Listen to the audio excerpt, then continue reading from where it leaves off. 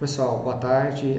Para dar continuidade na sequência de conteúdo sobre tecnologia na mineração, sobre sistema de gestão de frota, esse é o primeiro vídeo sobre a importância, da tecnologia na mineração. E aqui eu vou falar sobre quais são as tecnologias disponíveis no mercado, quais são os caminhos para você implantar essa tecnologia, quais são as dificuldades. E é um foco geral para a tecnologia e até em outras áreas, Às vezes eu vou explicar aqui um pouco sobre a gestão de frota na mineração, que é o nosso foco, mas pode ser aplicado em várias outras áreas, como na indústria, como meio ambiente também, porque você vai ter nela comunicação, servidores, sistemas embarcados para medições, sensores. Então essa régua não muda para todos, Então, só para ter uma ideia sobre o sistema de gestão de frota na mineração, como que funciona isso? Vamos pensar não na mineração só, vamos pensar na implantação, na dificuldade. A parte da indústria, durante muito tempo, ela teve um recurso maior, Ela sempre teve uma rede cabeada, ela sempre teve sensoriamento, segurança, câmeras, E a parte da mina ali, ela ficou mais largada um pouco. Por quê? Dificuldade de comunicação, a mina ela é muito dinâmica, Mas isso de um tempo para cá mudou. Isso aí facilitou muito as minas, as mineradoras, terem uma tecnologia, porque tudo parte desse princípio de comunicação, E esse princípio de comunicação, ele fornece aí vários recursos para você poder implantar a tecnologia. Como deve ser feito isso, Como que deve ser implementada uma tecnologia na mina ou em outra área da indústria também, Pode ser até numa área externa. O problema que o pessoal tem dificuldade hoje, que o pessoal pensa muito em otimização, vai muito ali na questão de inteligência artificial, vai muito em recurso que às vezes nem está disponível para eles, e esquece de fazer uma base mais sólida de processo e pessoas, Então o ideal primeiro é sempre começar, por exemplo, vamos começar com um sistema de despacho, um gerenciamento de frota. Isso aí geralmente causa um impacto. Então o que dá para a gente fazer primeiro? Vamos fazer uma base mais sólida. Então a gente pode começar a fazer uma base mais sólida para poder organizar essa tecnologia. Com essa base sólida você pode até captar alguns detalhes. Por exemplo, se for um sistema de gestão de frota, um sistema com tablet, apontamento manual, para quem não tem nada, é muito interessante. Já vai dar uma mudança na cultura, vai ter um impacto daquela tecnologia. As pessoas vão ter que se adaptar a processos, e isso tem um tempo de maturidade. Então isso aí pode vir depois até um outro nível, como por exemplo, alguma automação. Nós já exaurimos essa base nossa tecnológica, a gente já entendeu bem como é que funciona, vamos automatizar para a gente obter alguns dados melhores. Por exemplo, no sistema de gestão de frota seria você ter alguns apontamentos semi-automáticos. Já pega uma báscula, já tem uma telemetria que dá alguns dados, um GPS de melhor qualidade. No momento que você vai ampliando esse know-how de informações, você vai querer sempre precisar de mais, vai precisar de alguma melhoria. Agora vamos passar para uma questão de automação do ciclo inteiro. Então vamos pegar um sistema que já tem um computador industrial, que lê uma VIMS, e, por exemplo, de um equipamento Caterpillar, que pega a balança, que pega o ciclo completo, já tem um GPS de média precisão para fazer um sistema de fila, e aí sim nós vamos ter dados mais consistentes para a gente poder pensar em otimizar. Por que todo mundo tem uma visão errada de otimização, principalmente o sistema de gestão de frota? É porque a otimização ela é uma inteligência, mas ela é um termo muito ambíguo, ela pode ser para várias coisas. Você pode otimizar a sua frota ali colocando um redespacho, por exemplo, vai descarregar em algum lugar e você põe uma cerca eletrônica e fala que se tiver um caminhão ali ou dois, você vai descarregar em outro lugar. Isso aí já é uma otimização, mas o pessoal confunde com alocação dinâmica. A alocação dinâmica, que é interessante, que é o ponto-chave ali em cima, que exerce recursos automáticos, depois que você tem essa base mais sólida de comunicação, de tecnologia, ela faz o direcionamento do equipamento, Então pode ser por produtividade, pode ser por qualidade, pode ser após o basculamento, após o carregamento ou em algum momento da mina. Então o pessoal fala assim, eu quero otimização, mas o sistema dele, a base dele, ele não está nem pronto ainda. Ele nem sabe ainda como é que vai comunicar os equipamentos, ele não tem uma mina em tempo real, ele não tem os dados ali no dashboard consolidado.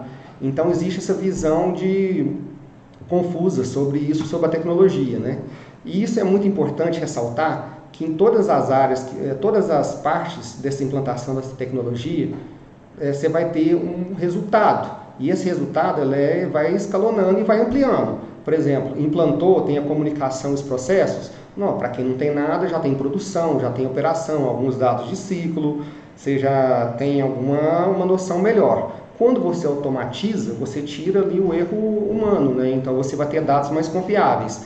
Para, a partir de então, você colocar uma otimização. Por que isso é importante, né? Imagina uma sala de controle que não é preparada, está com um sistema de alocação dinâmica, mas o controlador ainda tem um problema ali, não tem uma hierarquia muito bem definida, um processo não bem definido, ele ainda atende o telefone, ele ainda tem todo mundo na sala dele, e aí o supervisor, ele está abaixo do supervisor não aceita aquela alocação. Então isso aí compromete o sistema de uma forma que é pior do que ter o sistema, né? Do que não ter o sistema, né? Acaba complicando melhor. Então toda essa tecnologia, toda essa base, quando você vê sobre essa tecnologia para ser implantada, você chega a alguns resultados que você vê depois que podem ser retirados de alguma parte desse contexto. Por exemplo, se você pegar alguns benefícios comprovados do EasyMine, por exemplo, aumento de 15% da produtividade, redução de paradas, aumento de movimentação realizada. Existem vários contextos que isso pode ser tirado. Por exemplo, a produtividade hora pode ser com a melhoria do ciclo. Então, um ciclo automático ou semiautomático, ele vai ajudar a aumentar a produtividade hora. Redução de paradas pode ser a questão de apontamento, perfil de perdas. Aumento na movimentação realizada pode ser alguma melhoria, alguma via, com sistema de gestão ali de serviços, por exemplo. Então, você garante ali uma velocidade média maior. Nem sempre isso que funciona para um, funciona para outro, né? Porque pode ser que você for um sistema, e eu posso falar que, por exemplo, um cliente nosso, que a mineração Taboca ganhou 9% de produtividade com o sistema de automatização. Então, eles têm um sistema de ciclo automático ali, que ajuda ao apontamento, e eles ganham 9%. Pode ser que uma outra mineradora ganhe mais, porque use melhor. Pode ser que uma mineradora ganhe menos, mas ele tem que exaurir essa tecnologia e tem que estar com a sua base preparada. Isso que é muito importante, né? Um outro exemplo aqui de uma outra mineradora que teve aumento de 19% da massa média.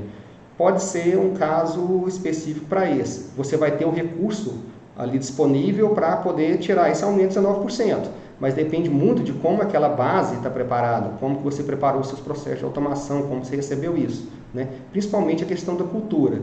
Porque toda essa tecnologia que você tem ali, quando você entra na base de implantação de comunicação, sistemas embarcados, pessoas e processos, são para tomadas de decisões, né? Isso aí impacta muito.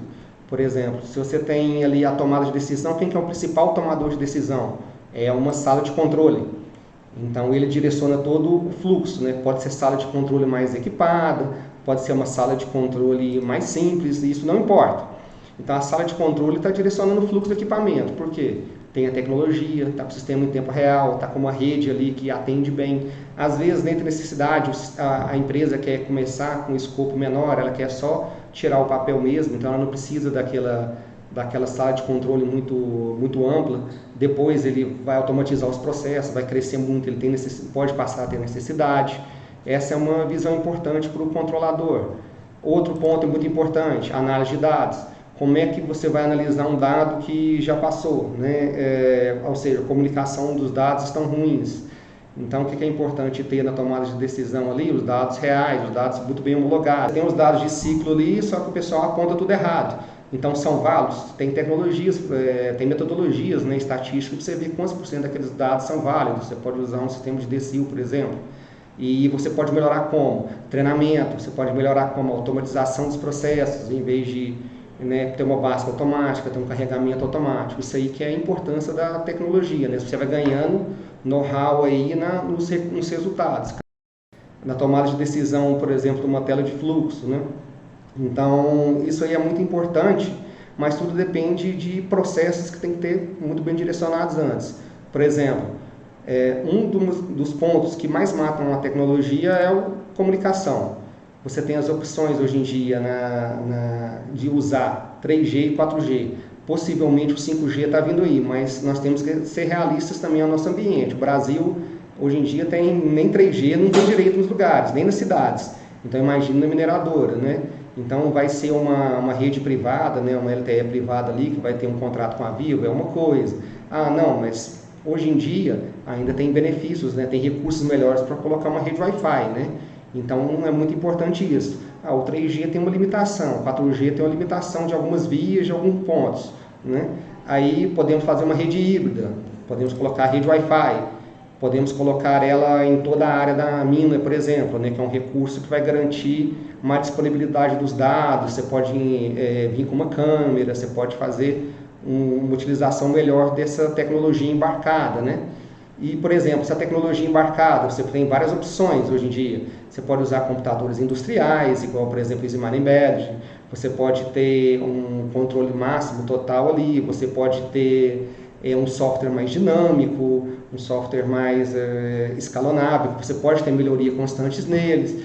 Você tem interesse nessas melhorias, né? Então, isso aí tem que ser bem visto na questão da escolha do escopo do sistema, né? Da tecnologia. A questão de poder, não, eu não tenho tantos recursos, mas eu quero usar um tablet agora, ele me atende muito bem. Tem muitos tablets bons no mercado, tem alguns outros mais simples. Tem que pensar que um sistema embarcado, ele vai ter ali um industrial, vai ter um GPS de média precisão de 1,5 m, mas um tablet mais barato vai ter um GPS aí de 15 metros, para você fazer uma entrada em alguma cerca. Então isso aí tem que ser tudo considerável na hora que você vai levantar o escopo para você implantar a tecnologia. Então, isso que eu estou demonstrando são alguns recursos que você tem para a base, né? Então, para montar aquela base. E aí você começa a melhorar e ampliar a sua visão até chegar naquele topo para você exaurir o máximo possível, que chega ao ponto de uma inteligência artificial para otimização, por exemplo. Ela vai funcionar bem? Vai, mas você tem que ter uma comunicação de uma rede Wi-Fi.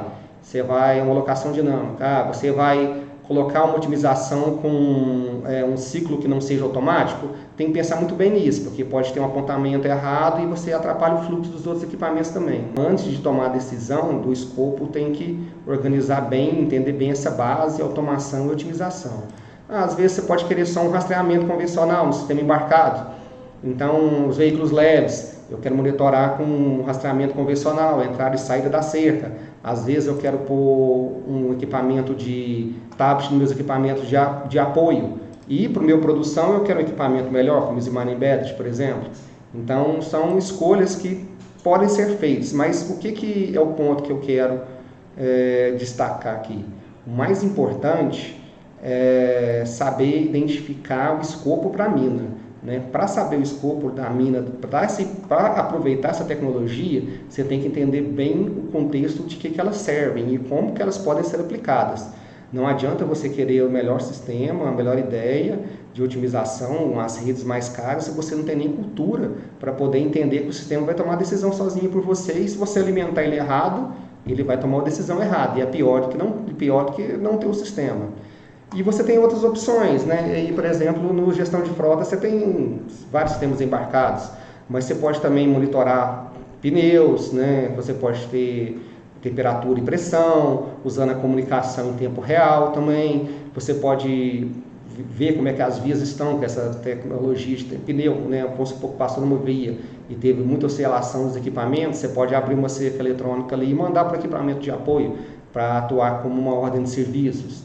Você tem também as pessoas, que são muito importantes, sabe? Vamos monitorar as pessoas. GPRS é interessante, por exemplo. Não, na área de barragem ali eu tenho cobertura, mas não eu quero saber onde que elas estão em tempo real. Não, então é melhor ter uma rede Wi-Fi mais ampla.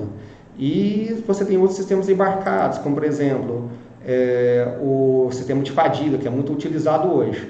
Aí você tem vários modelos da tecnologia de fadiga. O que é importante? O sistema vai avisar a sala de controle, o sistema vai avisar o operador, o sistema vai avisar alguém lá nos Estados Unidos ou no Canadá que vai ligar de volta para a mina, que vai falar que aquele motorista está com fadiga. Existem sistemas assim, são eficientes? Então você tem que pensar, às vezes um sistema muito caro que vai lá para os Estados Unidos não é tão interessante como chegar para uma sala de controle. Mas se a gente voltar um pouco de slide para trás aqui, o que você vai ver? Eu tenho o fadiga, o TPMS, o despacho com produção, o despacho com serviço. Ou seja, eu tenho todos esses recursos aqui.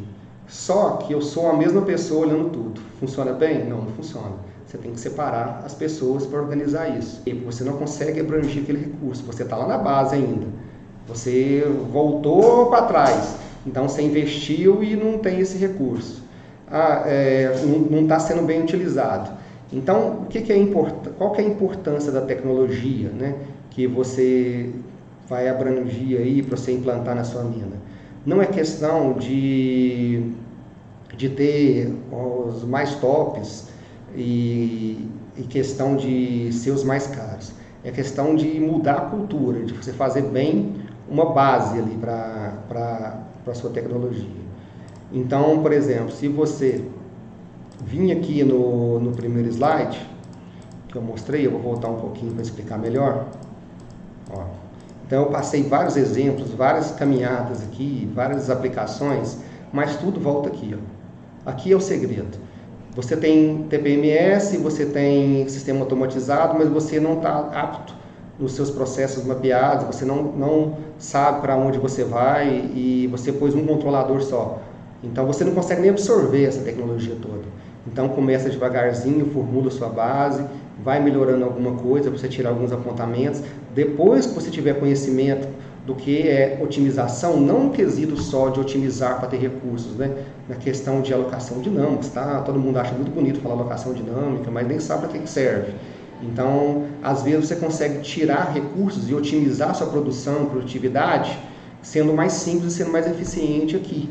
Então aqui você tem que ter, para você estar no topo, você tem que ter uma cultura já, você tem que ter um tempo aqui para você ir subindo, né? E não deixando de tirar sempre o resultado em cada momento. Você tem um momento aqui, você tem um resultado, mas você tem que ter toda essa noção de onde e como você vai implantar o seu sistema. Então esse aqui é um vídeo assim, simples, resumindo sobre essa questão dessa importância aqui do entendimento para você poder implementar, né, a tecnologia, da importância dela. E logo aí nós vamos ter outros vídeos explicando só sobre sistemas embarcados, sobre comunicação, sobre parte técnica, sobre protocolos de equipamento de telemetria, como é que funciona, o que não funciona, qual é a diferença de um rastreador, de uma telemetria, né, que já tem uma robustez melhor, né? Por exemplo, a nossa telemetria Icarus aqui, que ela já é uma telemetria de melhor porte, né?